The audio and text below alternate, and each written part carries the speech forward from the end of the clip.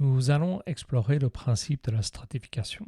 Alors, ces vidéos suivent une série d'expérimentations qui ont été faites en peinture où, en utilisant des procédés d'empilement de couches de couleurs sur des tableaux, le principe de stratification a été exploré en peinture avec donc des pigments, des couleurs de la peinture.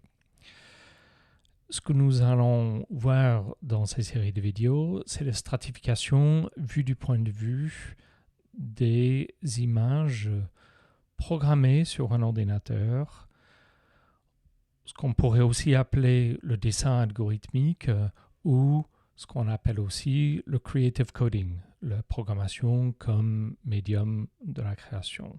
Mais le principe du creative coding, de la programmation comme médium, peut s'ouvrir à un tas de différentes choses. Ça peut s'ouvrir sur des œuvres textuelles, des formes 3D, virtuelles, physiques, de la robotique programmée, du machine learning, l'intelligence artificielle. Il y a plein de différentes directions que ça peut prendre et des ramifications. Ce que nous allons voir, nous, c'est plutôt une version plus focalisée de la création par programmation, par code, à travers un outil qui a été créé pour et par des artistes qui s'appelle P5. Alors, qu'est-ce que c'est P5 ? P5, en fait, c'est une très longue histoire avant que vous avez peut-être entendu parler d'un de ses prédécesseurs, quelque chose qui s'appelle processing. Mais peut-être ce que vous ne savez pas, c'est qu'à la base, P5, cet environnement créé pour et par des artistes pour pouvoir créer des images et des formes sur les ordinateurs, a été initié par un artiste qui était aussi un designer, qui était le directeur d'une école d'art importante aux États-Unis, John Maeda. Et John Maeda a créé un livre important qui s'appelle Design by Numbers. Et à travers ce livre, dont voici l'ancien site de ce livre, où voici un exemple des pages de ce livre. Mais il se trouve que j'ai aussi une ancienne copie du livre lui-même. Donc ce livre a exploré l'idée d'un langage de programmation qu'il avait envie d'inventer, qui permettrait de défendre un tas de choses qu'il faisait dans son travail. Son travail, c'était un des premiers artistes de la nouvelle génération des ordinateurs, on va dire du personal computer, des micro-ordinateurs personnels. C'était un artiste qui, dans les années 90, avait créé une forme d'écriture qui réunissait des formes expérimentales d'exploration formelle qui étaient générées entièrement par la programmation. Alors, il y a aussi des artistes qui ont fait ce type d'expérience dans les années 60 et 70 et 80. Donc, c'est une longue histoire. Les artistes qui utilisent de la programmation pour créer des images, pour créer des formes, pour même créer du son. Mais John Maeda a été le début d'une nouvelle génération et était à l'initiative d'un outil important qui s'appelle Processing et qui est devenu l'outil que nous allons utiliser pour explorer la stratification qui s'appelle P5. Donc voici une image assez célèbre qu'il avait fait à une époque où, même si on peut faire ce genre d'exercice, ce genre de choses, ce genre de forme à la main, ici, l'intérêt, en tout cas pour John Maeda, c'était de voir qu'est-ce qu'il pourrait créer comme type de forme en en se donnant comme contrainte uniquement l'utilisation du code pour générer sa forme. Bon, je dis uniquement, c'est vrai que lui aussi, il faisait beaucoup de croquis qu'après, il transformait aussi par le code, mais disons qu'il cherchait quand même de trouver une spécificité de l'utilisation du code comme médium. Voilà. Et donc, il a décidé de créer carrément un langage.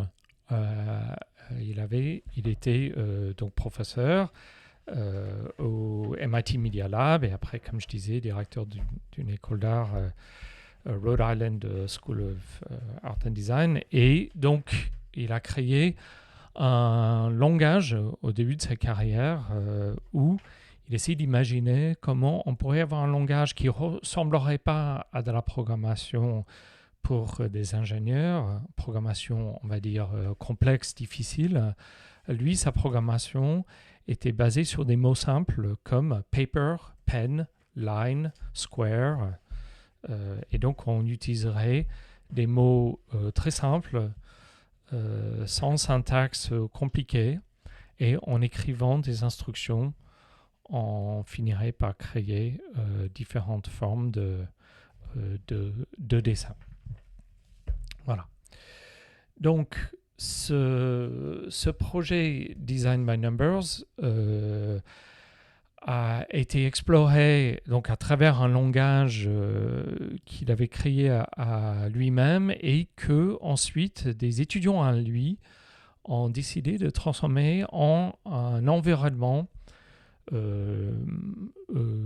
non pas pédagogique mais réel où eux, en tant qu'artistes et designers et architectes, et voilà, tout un tas de gens utilisent cette chose maintenant. En tout cas, ils ont pris des idées explorées dans ce livre Design by Numbers et ils l'ont transformé en un réel outil que les gens pourraient utiliser dans leur travail de tous les jours d'artistes. Donc, il y a eu plusieurs variantes de cette chose-là. Une des variantes, c'est Processing. Une autre s'appelle Open Frameworks. Il y en a eu plusieurs.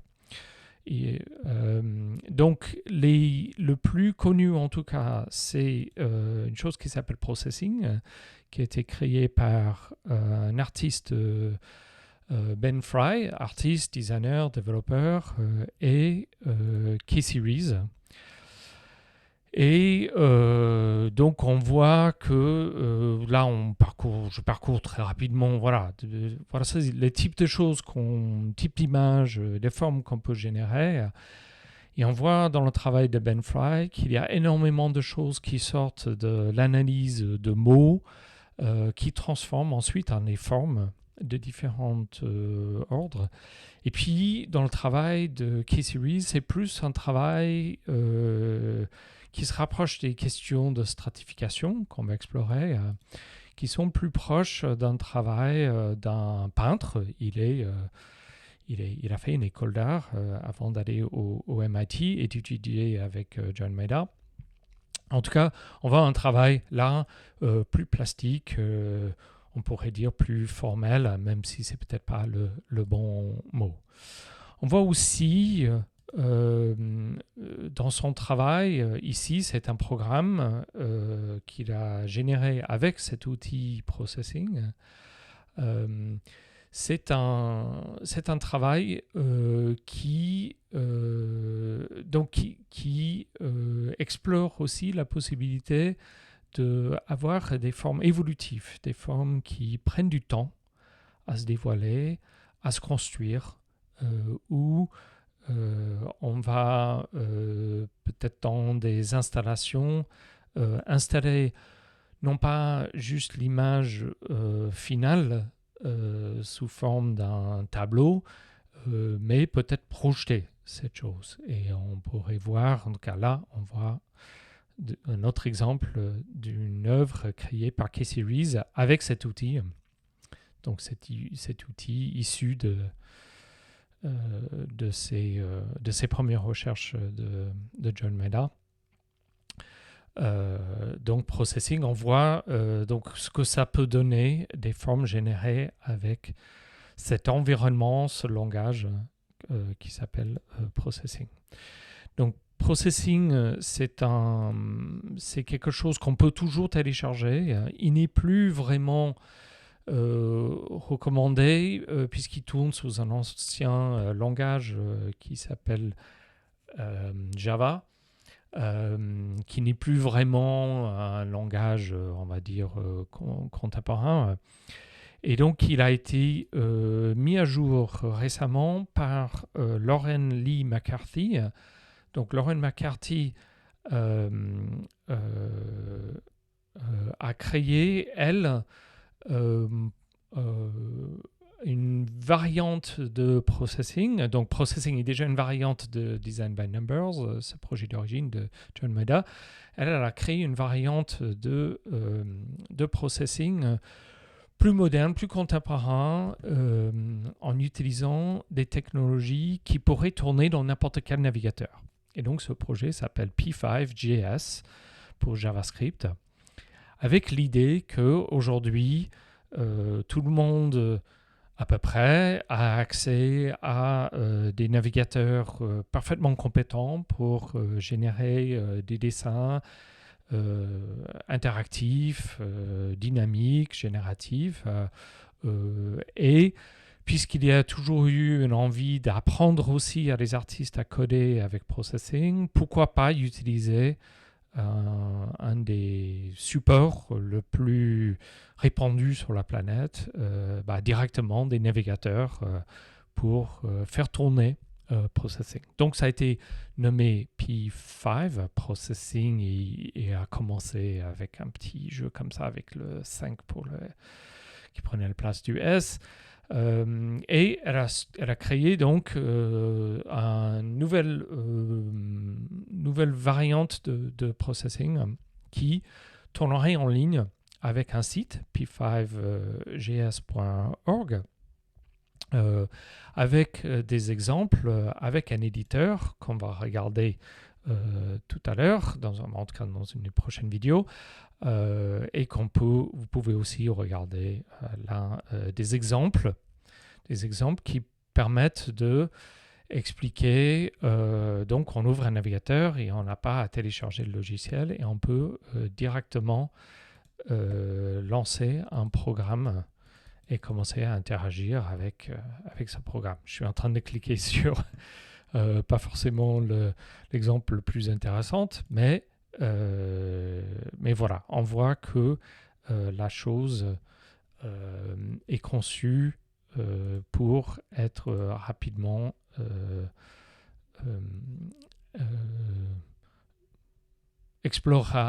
qu'on peut rapidement explorer en ligne et regarder avec n'importe quel navigateur. Alors, si vous voulez regarder des exemples plus un peu plus, peut-être un peu moins, comment dire, avec un format qui met en scène un peu plus la beauté, des choses qu'on peut faire avec processing ou P5, peu importe. Vous avez quelques livres que vous trouverez à la médiathèque. Donc il y a Design génératif, par exemple. Il y a aussi ce livre de John Maeda. Et puis, Design génératif a aussi une nouvelle édition qui a été faite pour P5. Donc ça, c'est la version qui a été faite avec Processing, qui tourne en Java. Et ça, c'est la version qui a été faite avec la nouvelle version, plus facile d'accès, P5. Voilà. Et donc, dans Generative Design, donc Design génératif, ça c'est la version française. Il n'y a pas de traduction française de cette deuxième édition. Vous trouverez une plus belle impression d'un certain nombre d'exemples qui donnent des idées d'installation, d'affiches, de typographie, de choses faites avec processing, donc des formes d'installation sont générés avec cet outil, avec ce langage, avec cet environnement, difficile à savoir comment l'appeler. Des choses qu'on... voilà. En tout cas, qui, dans une impression, on peut peut-être apprécier plus le type de forme précis qu'on peut faire et de ces belles couleurs qu'on peut faire émerger avec une impression. Et puis voilà, ça c'est une version avec une moins bonne impression, mais qui a aussi d'assez belles exemples. Et puis aussi qui est une sorte de how-to, comment faire pour créer des formes très intéressantes avec des instructions qu'on rentre dans P5 et hop, ça donne ce type de forme.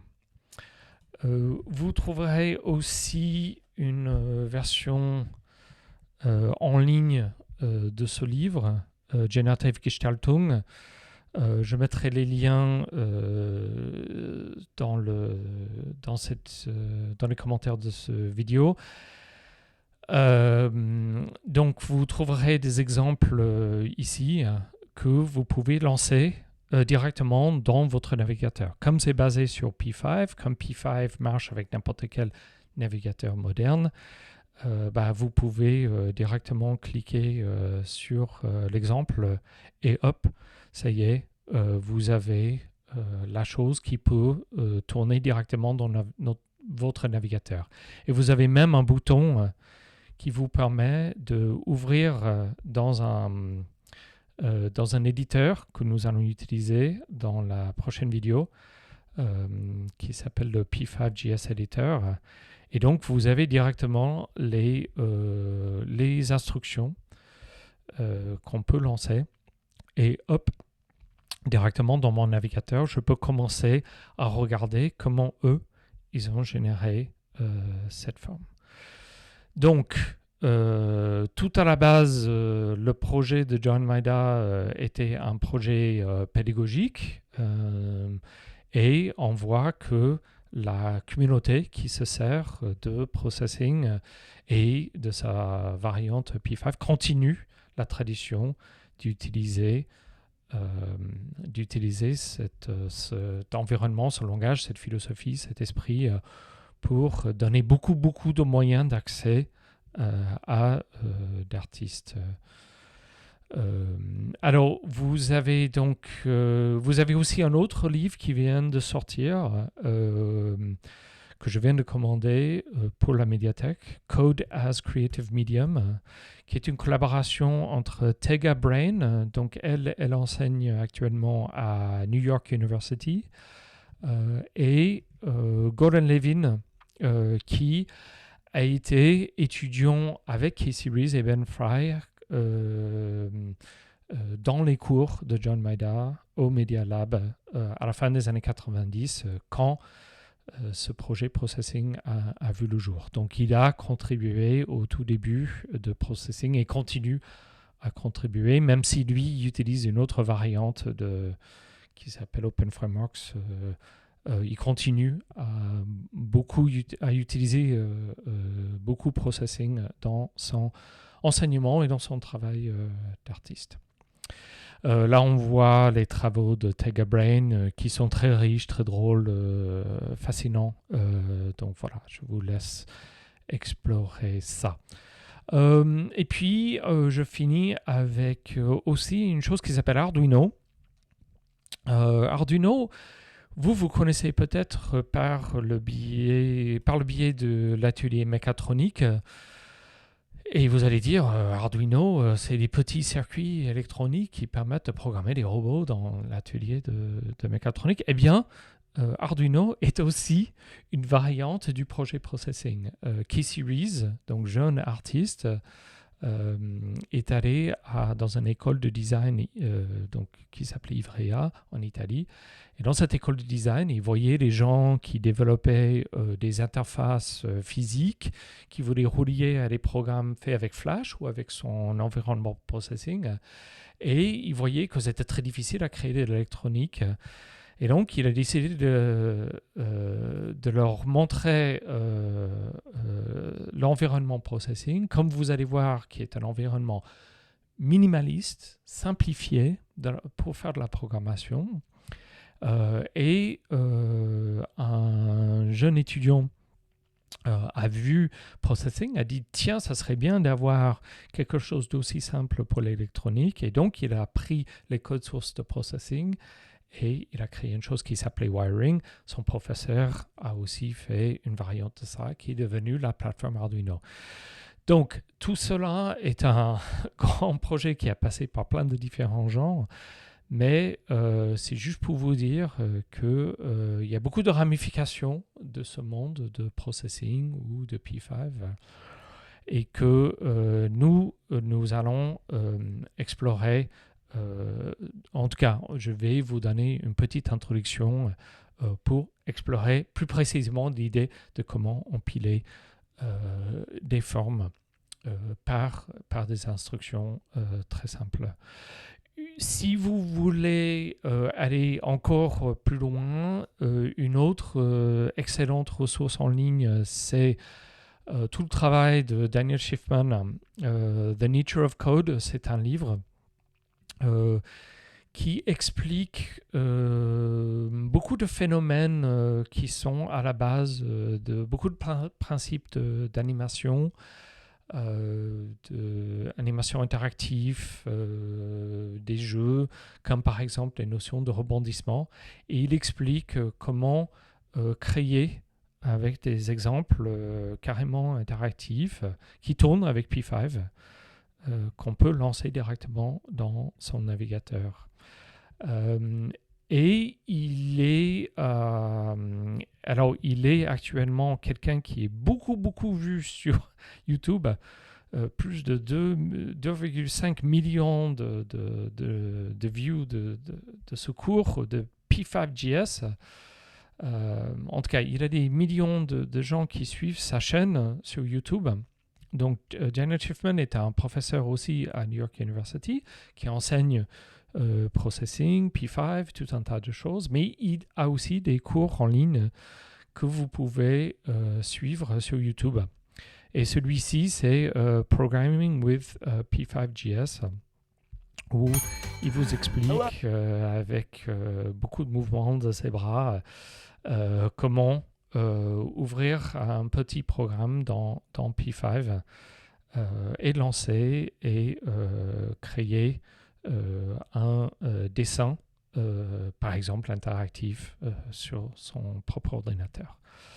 Et il y a aussi une version Nature of Code qui a commencé dans le langage processing, qui a mis à jour pour P5JS.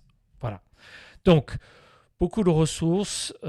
Peut-être je vous ai un peu perdu par cette historique, mais je voulais vous dire que nous allons utiliser un environnement qui a une longue histoire, donc P5JS, qui est un environnement qui a été créé à la base pour donner un environnement à des artistes pour qu'ils et elles puissent explorer la programmation avec autant de rapidité que aurait quelqu'un avec un carnet, avec un stylo, avec la possibilité donc d'ouvrir rapidement en quelques instructions simples qu'on peut après peu à peu complexifier.